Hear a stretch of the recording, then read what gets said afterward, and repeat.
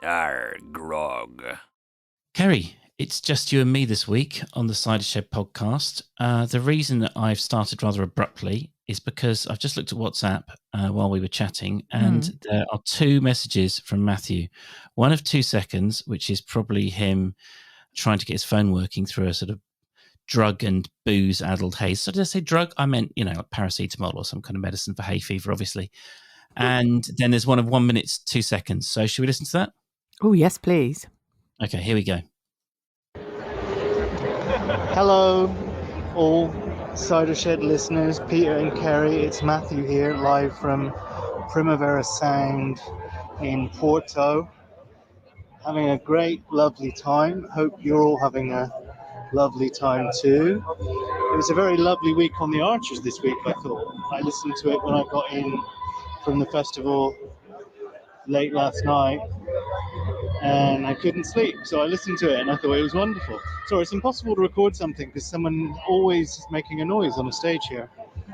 And yeah, what a lovely week. Brian, Jim and Jazzer, tug at the heartstrings, Steph and Liam.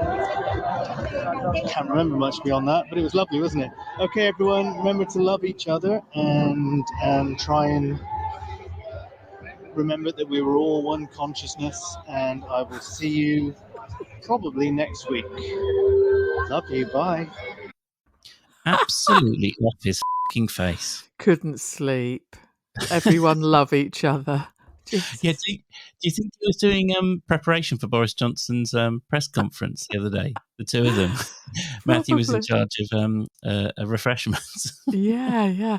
I like how he's a bit annoyed that people keep making sounds behind him on the stage at a massive festival. Well, it was nice to hear him, though. Also, Matthew's always very precise with his language. He said the word lovely, I think, 8 times. Yep. That is a measure of the state of his brain, isn't it? Yeah, so I think he's seen, no doubt he will tell us next week, but I think he's seen Nick Cave, someone, Caroline something. Anyway, yeah, it's quite Caroline a good festival. from the Archers. Caroline from the Archers, back from the grave for one night in Portugal. But we should post a link to Matthew's festival as part of the pod information. Yeah, I know he's seen Tame Impala, who I love, and Beck last night. Or is it Beck tonight with Pavement? Possibly. Yeah. I'm completely. I am well behind you two when it comes to keeping up with the kids on the whole music thing. What's in your CD player, Peter? My CD player, yeah. I'm looking forward to getting one. My reel to reel has a constant stream of, as I've said before, mainly electronica. It's mainly 80s electronica, or that'll do me. But what did Matthew mention on his when he was reviewing the Archer? So everything was lovely, and he was staying up late, and Jim and Jazzer tugged at his heartstrings rather predictably. Jim featured heavily, didn't he? At the beginning of the week, he won the Unsung Hero Award. Yeah. I liked when that was announced by Fallon, and she went, and it's Jim, but didn't explain at all why. He'd won it to the crowds that must have been at the fete. Who the hell's Jim? Yeah. Half of them shouts. Yeah. Why has he won it? Then Chelsea was all excitable and telling Lillian that it was all down to her that he'd won it because she persuaded everybody because of his being a team leader in the village shop. What does that mean? Because of the cooperative, I suppose, and his work on the parish council. And obviously it's a good choice, isn't it? Jim's done loads of stuff. Yeah. They didn't even mention him helping with the shopping for that woman with the foot problem. You were mentioning Chelsea, like the whole week was just wonderful, apart from your and my disagreement about a certain person, but which we'll get to later. But like the whole week was just wonderful, but it worked so well because you could feel them moving things around plot wise at the same time as they were also giving you like 10 out of 10 entertainment. Like the whole thing with Beth and Steph was fun. Jim and Jazzer, if anyone saw a fat man in an Oakland A's t-shirt crying just outside a Royal Mail delivery office in southeast London earlier on today, it wasn't me. Just say that right now. No, I was very close to bawling walking to the post office today, Keri, listening to that.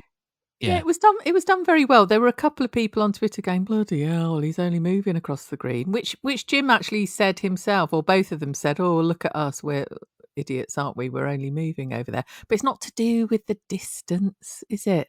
It's to do with the end of an era of this bond and closeness and supportiveness. They've both helped each other through tricky times. And that bit where Jazzer gave him a Father's Day card early, because it was the closest he could express how he felt about Jim, and marvellous. That was the point, wasn't it? It was a moment of realization. They could have just carried on for another 10 years and they probably still would have felt just as strongly about each other. But it was a catalyst for thinking about what they had. And like you said, all of the causes for having this very deep and very meaningful friendship. Also, are there two more likable characters? I know you're going to say Brian in Ambridge. I mean, they're both top 5, aren't they? Just for sort of pure likability. Yeah, Brian's not likable. You don't think? It was this week. That's the wrong word, isn't it? Oh, yeah, sometimes. But generally speaking, if you thought, right, likable characters, he doesn't fall into that category, really. No. I absolutely adore him, but I wouldn't say he's likable. Jim and Jazzer, yes, definitely. And then Chelsea as well. Yes. Now, like that last scene with her, like, I mean, was I reading too much into it? Did I? Because I'm a sucker for, like, if they tell me something, I just believe it. So when it was like, oh, Jim, do you think you'll rent out the room? Oh, no, sequitus imbalances maximus. No, I don't. I think that chapter has passed in my life. And then at the end, she's there kind of going, move up, prof. Let's watch this thing about that. And it was, you feel like she's going to be in that spare room in a month or two. Yeah, that'd be interesting, wouldn't it? He does like those Harry Potter spells, doesn't he? I liked it when he did his moving speech at the fete and he was quoting Marcus Porcius Cato, as quoted by Plutarch. Much rather have men ask why he has no statue than why he has one. Yes. That's good, isn't it? Yeah, it's a very good saying. Was that the translation? Well, he said it in English. So. Did he? Oh, I must have missed that. Yeah, much rather have men ask why he has no statue than why he has one. It's very, very clever. It's kind of along the same lines as the better to stay silent and seem a fool than to open your mouth and remove any doubt. It's got the same, to live modestly and to, be sort of quietly proud is the way forward. They've got a word in Scandinavian, haven't they? Or in Swedish for that. Oh, probably. Yeah. And I mean, no one likes anyone being smug, do they, after all? No. All right. That feels quite pointed, Keri. No need for that. No, it's just the two of us. It's not Matthew's not here to leaven your laser focused jabs. I did like Fallon when he did that speech.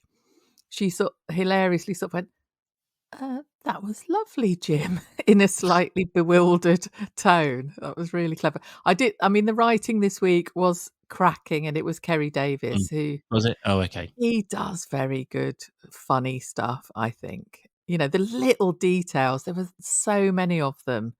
A huge amount of popular culture references, weren't there? There was a joke about Lollapalooza that tied in quite nicely to our Matthew that I've now forgotten, but I should have remembered it. So yeah, he did. That was what Brian said. He said, "I came here to do a bit of bending and stretching, not a load of hippy trippy cosmic Lollapalooza." That's it. What Matthew's up to in Portugal? Yeah, exactly. That's what I was trying to remember. But what was the other one? My brain's turned to people. Oh, just that the idea that Jim is modest, but also he's confident enough to be himself. So if he wants to quote Latin and speak to people who might appreciate research or understand what he's saying, he's going to do it anyway. He's not going to dumb down for the sake of pandering to the lowest common denominator, which, can be misinterpreted, as has happened many times with Jim, as loftiness or pomposity, but actually is just a sort of that's the way, if that's how he's going to communicate his affection, that's how he does it. And that kind of played out with Jazzer's book, his new book. Yes. That was great, wasn't it? You're quite right. Absolutely spot on about him properly being himself. And he's the furthest from anyone being lofty or snobby about stuff, isn't he? Because he's like that, it makes for great comedic opportunities for when Jazzer crashes in saying, do you want to play exploding kittens or whatever that thing is. I would be interested to know. I mean, obviously, like Kerry Davis has got a bit of a kind of like following. Like, people often, if there's been a good week, there's a kind of like, it must have been a Kerry week, people sort of say, because there's an assumption that he owns all the best sort of one-liners and wit, which, it's a deserved reputation, but sometimes not always the case. But I would love to know how much of that is in the editorial notes and how much of that is in his script writing. So, like, does it just say Jazzer goes back to Jim's after an argument with Tracy, and the rest is in Kerry Davis's purview? Like, that's what I'm curious about. Yeah, they are noticeably different, though. The styles of weeks, aren't they? Yeah, I think. Absolutely. Oh, someone's just gone past on a skateboard. Sorry. Go on, Kerry. Give him. That's not allowed on your street, is it? Give him a good old shout. Yeah, it felt crammed full of funny little nods here and there, and details like Jazzer's Slipknot poster. And was it Slipknot? I thought it was Soundgarden. It was Slipknot, signed by Corey Taylor. Oh, okay. Because I got in touch with my emo crew on the Twitter DMs. I've got a group of emo friends. So I asked them about Soundgarden. I was like, what does this mean that Jazzer is a Soundgarden fan? But I screwed up. Well, I know what it means if he's a Slipknot fan. It just means he's got terrible taste in music. I can't say I've ever heard anything by Slipknot. I think it was Slipknot. I'm pretty sure. I wrote it down. I don't know. I don't doubt you. You've got to, I mean, I will back you and Matthew for attention to detail on the Archers over me. Anytime. Actually, if people wanted to do like a slow kind of like like a sleeper agent where someone's slowly turned against their own best interests, this would be a very good forum. You and Matthew just delivering kind of subconscious messages to me through the podcast. And of course, he had a traffic cone, didn't he? And I loved it when Jim said, "There are a lot of tracksuits and training shoes." But to be fair to Jazzer, Stan Smith's, I know, quality trainers. So I mean, on that one, I'm with Jazzer, not Jim. And also, I think that was, and we've just been saying what good writing Kerry does. I think that even a man of Jim's kind of singular interests would kind of know the difference between sports trainers and a pair of Stan Smiths. But putting in the detail that they were Stan Smiths is a Kerry thing, isn't it? Yeah, absolutely. Well done. Yeah, very good, very good. Also, the finding of the bong. Oh, yeah, and then playing possum, Jim kind of, feigning shock before pointing out that maybe as a storied academic, he might know what a bong is. What was the euphemism? They never said bong, did they? A recreational pipe. Well, when he first grabbed it, he sort of went, "Oh, what is this peculiar contraption that looks like it's for chemical experiments or something?" He clearly knew exactly what it was, and he was quite reveling in Jazzer's squirming. I know that we might be disagreeing later on about Beth, but I'm going to risk even more controversy with you, Kerry, by just asking a question. Does this not show these scenes that Jazzer's given, that some of the actors, people like Adam, for example, it's as much what they're asked to do, the scripts they're asked to kind of plow through, as it is the quality of their acting. Like Jazzer, since he's been given all these opportunities to kind of help Jim have a proper love life and not just be this kind of one-dimensional sort of like up, the actor has been so good. And the thing that reminded me was when you were saying about Jim saying, "Oh, is this some kind of scientific implement or something?" And Jazzer was just pitch perfect and kind of reacting to that and kind of being slightly confused, and how is he going to react? And I do think it shows for a long time, Eddie was just this kind of one-dimensional punchline, but the actor's actually really good. The same with Jazzer, the same with actually Kate as well, because she was quite tender today, wasn't she, with Brian? Yeah. Yeah, it was good. I think what you've done there is talk yourself out of your initial point, which Never. is that Adam is an absolutely terrible actor person. Have I? Is that what I've done? Yeah, because all the others, even when they're given sort of really obvious singular storylines or whatever, or characteristics, they still play them super well. Right, okay. However, he could be given any manner of exotic or involved storylines and he'd still sound as though he'd been sort of wired slightly incorrectly. No, Jim, I love you too. Yeah. He's very like, oh, handbag. Yeah. About, like, in every line he says something like that. Which is why Martin Freeman can off and keep off. I do not get how he keeps getting given a job. He's the most acting-y actor out there. Martin Freeman, he just plays the bloke from The Office in every single thing he's in. You can see the working parts so much, like the effort is just screams through the screen. Well, he was good in The Office, but when the person from The Office is in The Hobbit or whatever else he's in, I don't even know. I've seen him in other stuff. He gets on my nerves as well. So we're in agreement about him. Okay, well that's good. Right, okay. Well, so there's we can draw the sine wave of your and my friendship all the way through the podcast. We're at the top at the moment. Should we get the controversy out of the way? Yeah. Can I just say though, the bong? I won't go on about it, but I just thought excellent. Of course, Jazzer would have a bong. Yes, he's exactly the sort of bloke who would have a bong and have a few puffs here and there of an evening in the back garden. Wouldn't he? It's just so. I was so pleased that they put in something which was a very realistic detail about that character that could be seen to be a little bit controversial, but I hope not, because it's pretty harmless. Have you ever owned a bong? There've been many bongs in this house.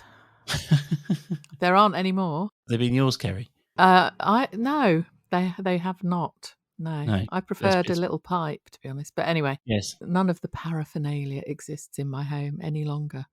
But I wouldn't say no to a little something. It's all protein powders and what's it called, smoothies these days, isn't it? Oh well, Kate tried to get Brian to have a smoothie, didn't she? That was really nice. Well, I think I alluded to it. Like the sort of gentle scenes between Kate and Brian were quite nice, and the actor who plays Kate did a really lovely job of sort of like softening the rounding the edges off and sort of showing a sort of depth to her care for Brian, because it wasn't there in the writing, was it? Like a lot of that was something that she kind of brought to it, yeah. And also it didn't. Charles Collingwood is just immaculate in all. Whichever version of Brian he's asked to play in the scenes with Stella, the whole thing. Anyway, why am I talking about Brian, Keri? You should be. Well, do you know, I listened to that episode today and I was sitting here all by myself. Obviously, no one else in this house listens to this stupid program. But I was properly laughing my head off at the Brian's, just the little bits where he's going, ooh, oh, ooh. Yeah. And even the beginning of that scene with Brian and Kate, where he was gossiping about the divorce party, I really liked that. And then you'll never guess what, it wasn't her. Yeah, that was great. Yeah, loved it. He was loving the gossip. And I thought, yes, brilliant. And then the line where Kate sort of went, we better hurry up because we've got ecstatic dance starting at 7:30. I was just imagining Kate's ecstatic dance. I mean, just that phrase, ecstatic dance, is hilarious, isn't it? I was reminded about many, when we first started, when we were first friends, Keri, like ages ago. Oh God, it must be two years ago now. Yeah. But and goat yoga was on the Archers. Oh yeah. And I sort of said, oh yeah. California used to take Charlotte to goat yoga all the time. And I remember you kind of being like, what? It's like, yes. Yeah. I definitely said F off to that. I thought you were joking. But I do remember, I used to love it because I just go and sit in the pub for the whole, duration, down by the, down on the, sitting, looking at the Pacific, drinking a beer, being the good guy who's driven his wife to goat yoga. Oh, fantastic. But I did think of that when she said ecstatic dance. I was like, of course, ecstatic dance. Anyway, what is it? this is the question. So I'm thinking it's got a kind of yogic, kind of swami sort of like mystic quality. I don't think it's kind of high energy. I think it's kind of like, people trying to kind of find a higher plane through a sort of mystic, rhythmic, movement. Oh my God, I put in ecstatic dance and Brighton came up immediately. This town is probably riven with ecstatic dance, isn't it? If anywhere's going to have it, and goat yoga. I'm going to type it in as well. Oh, listen to this. Ecstatic dance is a form of dance in which the dancers, sometimes without the need to follow specific steps, abandon themselves to the rhythm and move freely. This is making me think there's a Peep Show is making me think of that. There's a scene in Peep Show, isn't there, where the David Mitchell character's at some sort of class of ecstatic dance, trying to sort of impress a woman. Have you seen that? I've never seen Peep Show. Oh, bloody hell, Peter. I know of scenes, but it fell through. I think you it was need to revisit or visit. I think I was out of the country when it came back the second time. Right, next question. Kate has an ecstatic dance class at 7:30. Who in Ambridge goes to the ecstatic dance? Linda. Do you think Joy sort of is rushing around in the ecstatic dance? Joy's Google alerts must be going off like, fireworks. I'd like to think Russ goes as well. Really? Yeah. Yeah, do you know, I wouldn't have said that, but you're absolutely right. Russ, Linda, Joy, Pat maybe, because she thinks she should. Oh, no. No. I don't think so. She can't let herself go, can she? But I think she thinks she should. That's my point. It's the kind of thing she turns up to because it's part of her personal brand.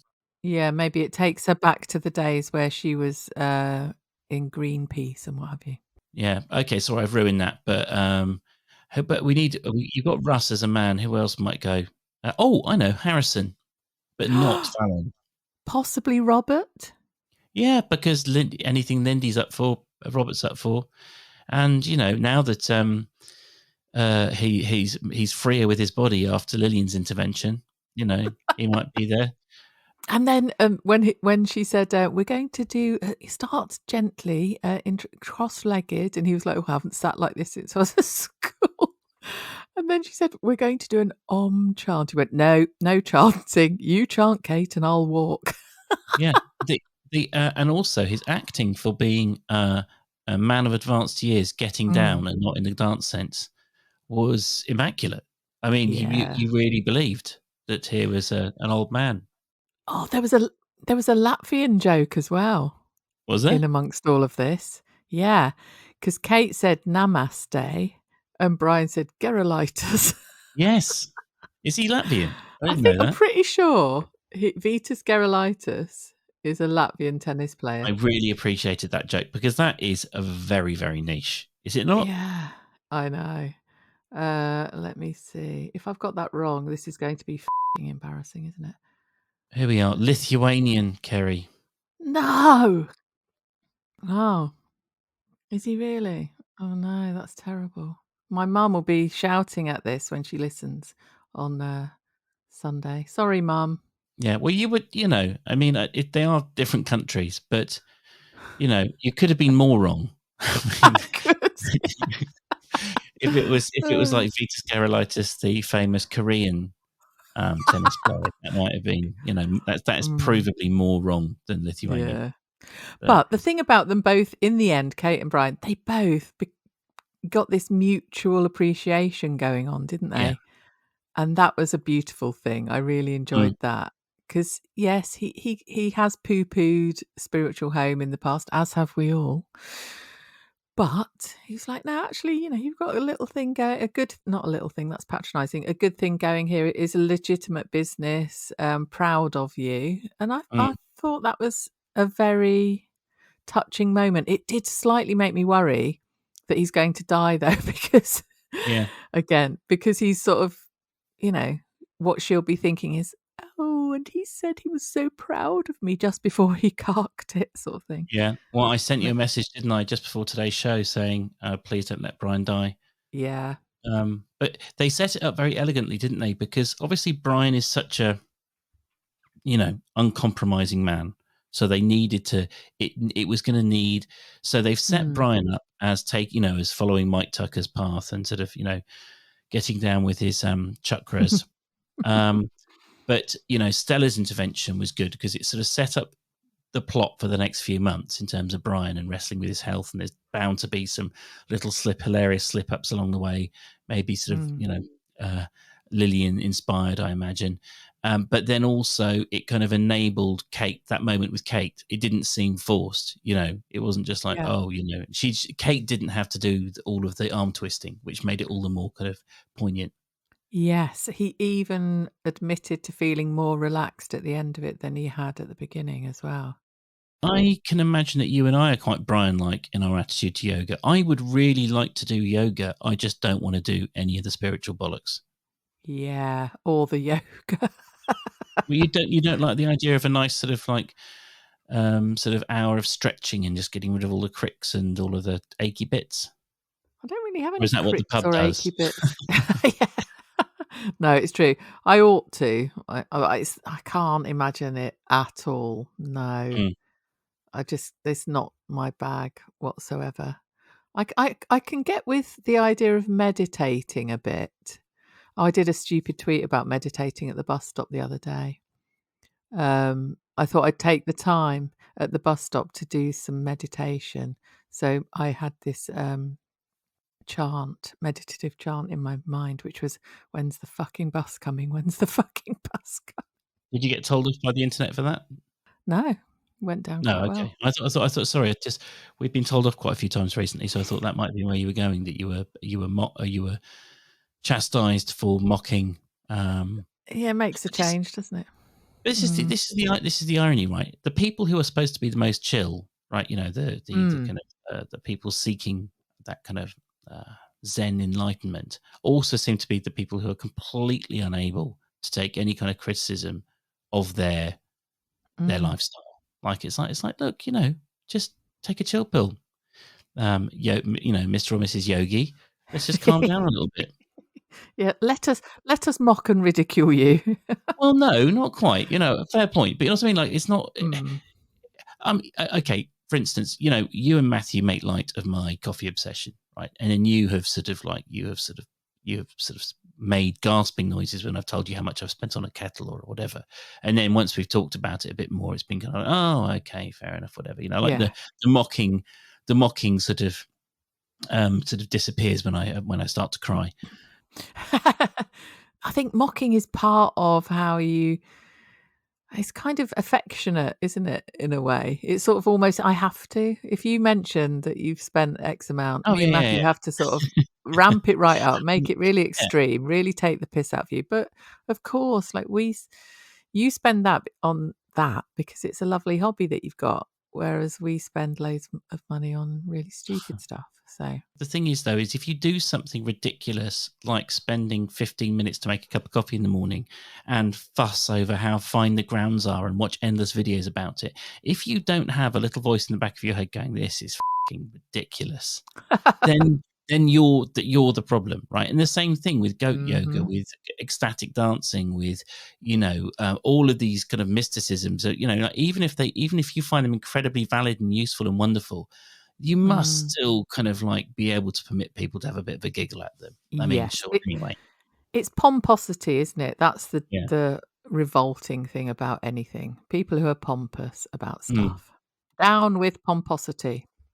Is that your manifesto?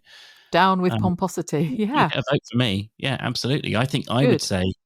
I mean,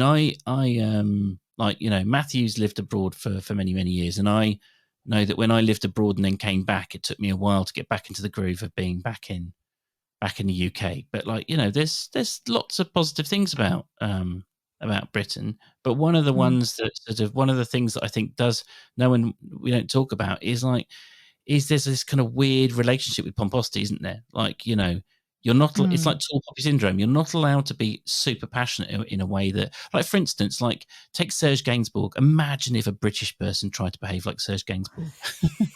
Just be absolutely smashed to pieces. How dare you be so sincere and sexual and kind of, like absolutely honest about your feelings and wants. Yeah. What a good point. Yeah. Oh, So I do think that's something. So KERIII will be standing on a manifesto of sincerity and nixing pomposity in Brighton. Although, no, you'd have to promise not to go up against Caroline Lucas, though. exactly. I mean, that's yeah.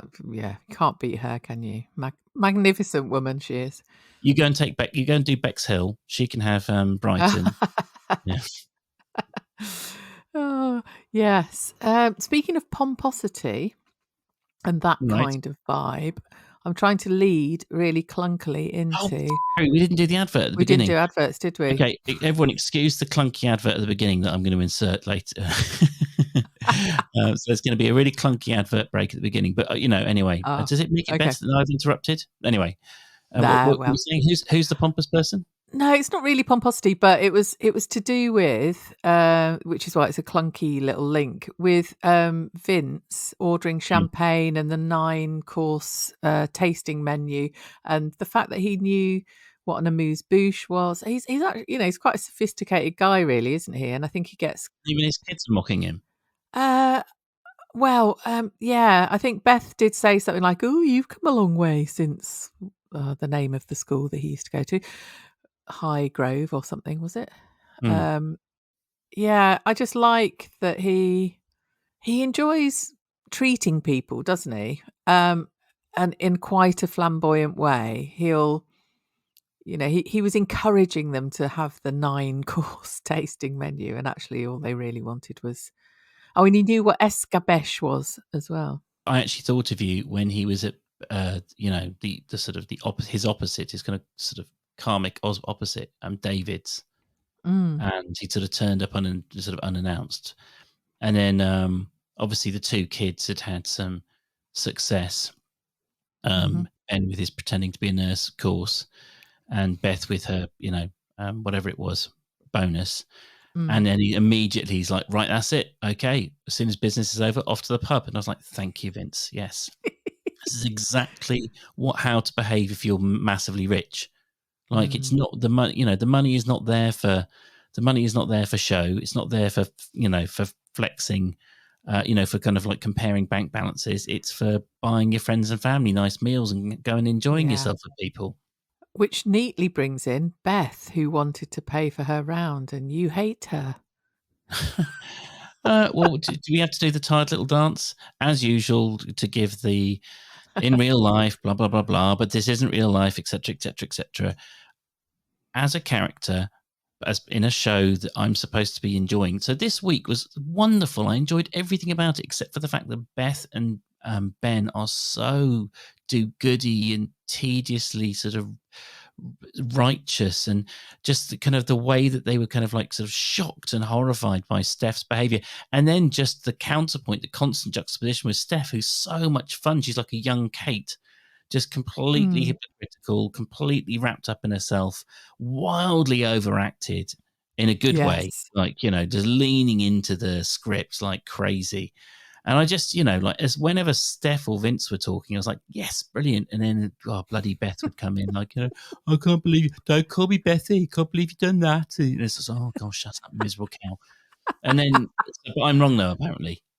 Oh, no. It's just, you tweeted, F off, Beth. Yes, I did, and, yes. a couple of us, including me, sort of went, oh, do you mean Beth or do you mean Steph? Because Steph was very annoying this week for a lot of us, because of all the things that you've just described, the sort of really over-egging everything. My life is over. And Do you not think she's like Russ? She's like a kind of like another Russ. No, I don't think of her in the same way at all. No, I don't like all this princess nonsense. Yeah, it's awful. It's absolutely awful.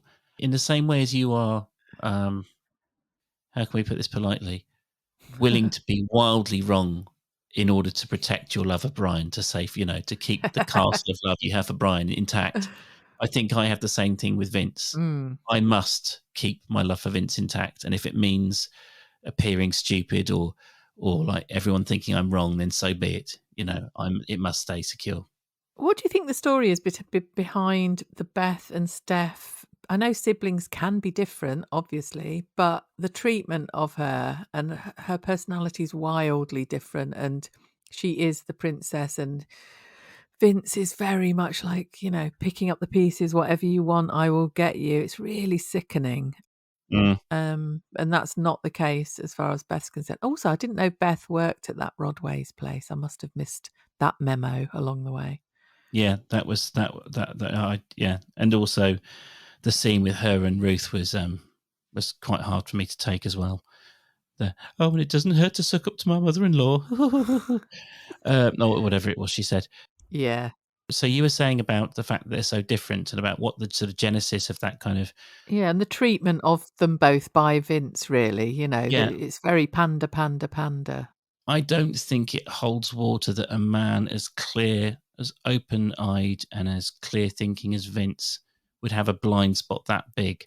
So I could understand that he would have a favourite and it'd be like, oh, my princess, and all that stuff kind of was true. But when she basically said, oh, I lied to you and I've been having a 5-month affair during my 9-month marriage, I did think it was implausible that Vince wouldn't just snap out of it a little bit to say, oh, well, this is a bit of a hard... Yeah, definitely. You should say, what this is, morally corrupt.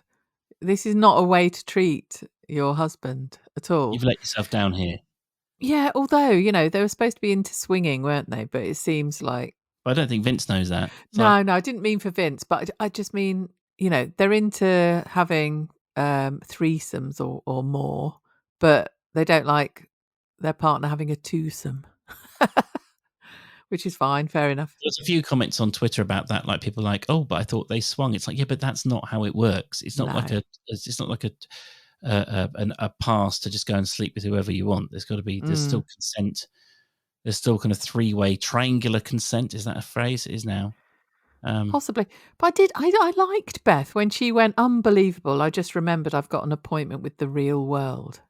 I was cheering. It was like, good, yes. It was just sickening, I thought. Did you not think it was smug, though, the way she said it? It's like, well, I've got an appointment with the real world. Well, she didn't say it like that, Peter. That's what I heard. I just thought it would be bloody annoying. I was going to say to be Beth, but I didn't mean it in the way that you mean it. But to watch that going on. Yeah. I mean, the histrionics about, oh, I've been cheated on, my life is over, and going to bloody Ruth and David's and wanting a divorce party. Yes, but glass is half full, Keri. You got to see David absolutely shitting the bed over the whole thing and almost suffering a Brian, as it's now known, and going down clutching his chest. Well, I enjoyed that, but, yeah. I found her very... Yeah, we've got to agree to disagree, haven't we, here, with the Stephs and the Beths of the world. As usual, our fundamental sort of rules and laws are still synchronized, but it's just a question of taste, isn't it, or how it's expressed. I think what it is I've had there's been so much kind of sincerity, and kind of like important life lessons being taught in the Archers recently, and I maybe would have a bit more room for the Beths and Bens of this world if it wasn't for that. If it wasn't for 6 months of listening to Alice and Chris and all this stuff, but we have listened to all that, so I'm tired. I want more Jazzer and Jim and silly Chelsea. That last scene with Chelsea, as I said earlier, was just wonderful. Yeah. So do you think she's actually going to stay there any length of time, or is that just daft? What, move into Jim's? Yes. I mean, they did hint at. Am I mad, or it was pretty obvious they were hinting at that, right? It seemed so, but really, do you reckon that'll happen? I hope so. I really do. I think that'd be... I mean, it could go one of two ways, though, couldn't it? Because it could be... What's the phrase I'm trying to think of? Where don't try and repeat the same thing twice, hoping for the same result. Like, Oh, right, yeah. I don't know. You know what I'm trying to say, but I just... Jazzer and Jim was such a special thing. Or maybe they could play on that. Maybe, Jim will think he needs young people in his life, and he'll find out, no, it's not young people. It's very specifically Jazzer. Or it'd be a lot of fun if it happened. And don't forget that a while back, Chelsea and Jim did have some really lovely interactions when she was temporarily staying there. True. Did you think her waitressing was just sort Mad. of absolutely batshit crazy? How she was approaching it. What annoyed me about it was very, very crass, and I don't think she would be like that. No, I've said the same thing about Tracy, haven't I? It's like, it's not, they might be rough around the edges, but they're not thick and they're not completely socially unaware. The idea that being, Chelsea's not ill-educated, but, she's not completed her education. She's young. Tracy's, not educated. But just being working class doesn't mean you're completely unaware of how to behave in kind of like social settings. Yeah. Well, in a job situation. Yeah, precisely. It's your job. Yeah. Yeah. That I love Chelsea, and it annoys me when she's made to be so garish. You've been back in touch with the actor, haven't you, Keri? I have indeed, yeah. She's looking forward to coming on our podcast in September time. She's really busy at the moment, but she listens to us and she's wanting to be a guest. Yeah, so, but I mean, if I remember, we did say some very warm and affectionate things about all of her fine work before she agreed to be on the pod. Yeah, so no, any accusations of sucking up are deeply unfair. Yeah, so Keri, should we chuck one of those adverts in? Do it. Brilliant. So Keri, that was probably an amazing advert for. Do you know what I've been getting a lot of? Adverts from Acast telling me that I should be a podcaster. Have you been getting those? I did. Yes, you too can make a podcast. Well, I know one. I know, yeah, and I don't want anyone else to make one. So, Keri, you wanted to talk about Natasha and her strange diabetes death wish cake. Well, I just thought, oh, come on. Natasha won the Marshmallow Madness pudding competition, didn't she? And when they listed the ingredients of it as a diabetic, it was a funny joke, wasn't it? Because she's diabetic, that she'd put everything into it that you could possibly think of that has sugar involved. So it was marshmallows, chocolate buttons, flakes, chocolate sauce, coconut, icing sugar, meringues, golden syrup, and raspberry syrup. Yeah. Yeah, so that it won because kids ate it. And now it's going to be served in the tea room, isn't it? I've done some accidental field research this week. If you go to Centre Parks, they have weaponized ice cream counters. And they are positioned at all the most inconvenient moments so that your children scream and beg for one. And Cyrus made an absolute beeline for the marshmallow ice cream. And that's what he wanted. That's what he stuck his face in. And that's the one that got finished and coated him from his toes to, the top of his head. So as disgusting as it sounded, I would say they got that bang on. Yeah, so you had some marshmallow madness yourself at Centre Parks. Oh, I did have it because I, as you'll remember, Keri, one of the tax that the child pays for the eventual horrendous cleanup is you help clean up their ice cream, don't you? Or just tidy that up for you. A little tidy up there. Oh, it's trippling. Always tripping, isn't it? But half of it's gone. So yeah, I did have quite a lot of marshmallow madness. So do you feel all rested after your break? Oh, I do. I had a really nice time. I did. Now, some people might argue that sharing a small bungalow with your mother and mother-in-law and a toddler might not be the most restful thing that you can do, but I would disagree, and it worked really well. So yeah, it was a good time. And you had a sprawling Jubilee weekend. I want more 4-day weekends that involve a Thursday and a Friday, please. So if the Queen could have her 70th thingy more often, that'd be great. So, Keri, Twitter. Yes. How's it doing? What are the details? We're doing very, very well. Let me check off. Yeah, I need to get on there because lots of people have followed us and I haven't followed them back.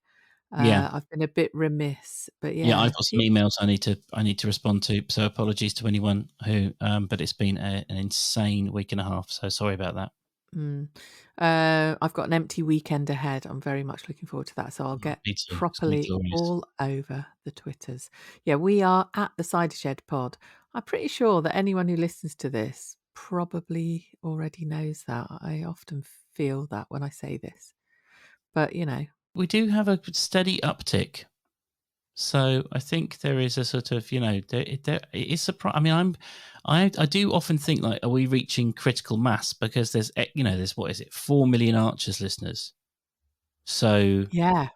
like, there must be a very hard ceiling for all of the Archers podcasts in terms of how many people they can attract, especially when, some people don't like smugness. So that, that might rule us out. But yeah. So Yes. I just say our Instagram one is, sorry if this sounds clunky, but I've just had to look it up because Matthew always does this. So the Instagram one is the Cider Shed Pod. Matthew's in charge of that. And the Facebook one is, Keri, I think it's the same, isn't it? It's the Cider Shed Pod. I think it's got podcast in it. Okay. All right. I never go near Facebook, but I'm pretty sure Matthew always says that it's at the Cider Shed Podcast. I'm sure if you type the Cider Shed into the search function on Facebook, something will come up. And if you want to email us, it's hello@thecidershed.com. Please get in touch. Please, but more importantly, please review us, preferably on Apple. And also, if you have any thoughts about Patreon amounts, what seems appropriate, then please ping me an email on, as I said, hello@thecidershed.com, because we are going to do that over the next couple of weeks, and we want it to not seem obnoxious.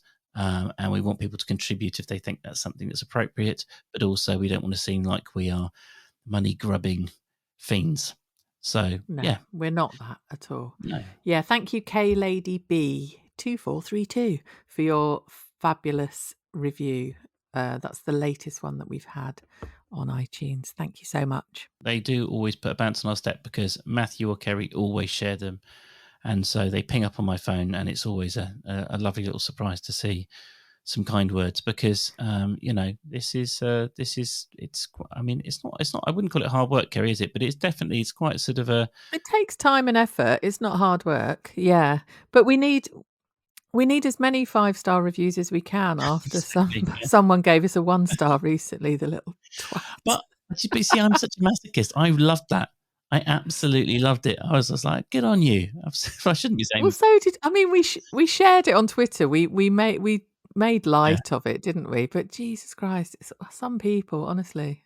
I'm fascinated by anyone who leaves reviews, like on, when you go on like you go to your local pizza restaurant and someone's left like a 15-paragraph review, and it's like, one can tell that their buffalo mozzarella was locally sourced and not an authentic Italian product.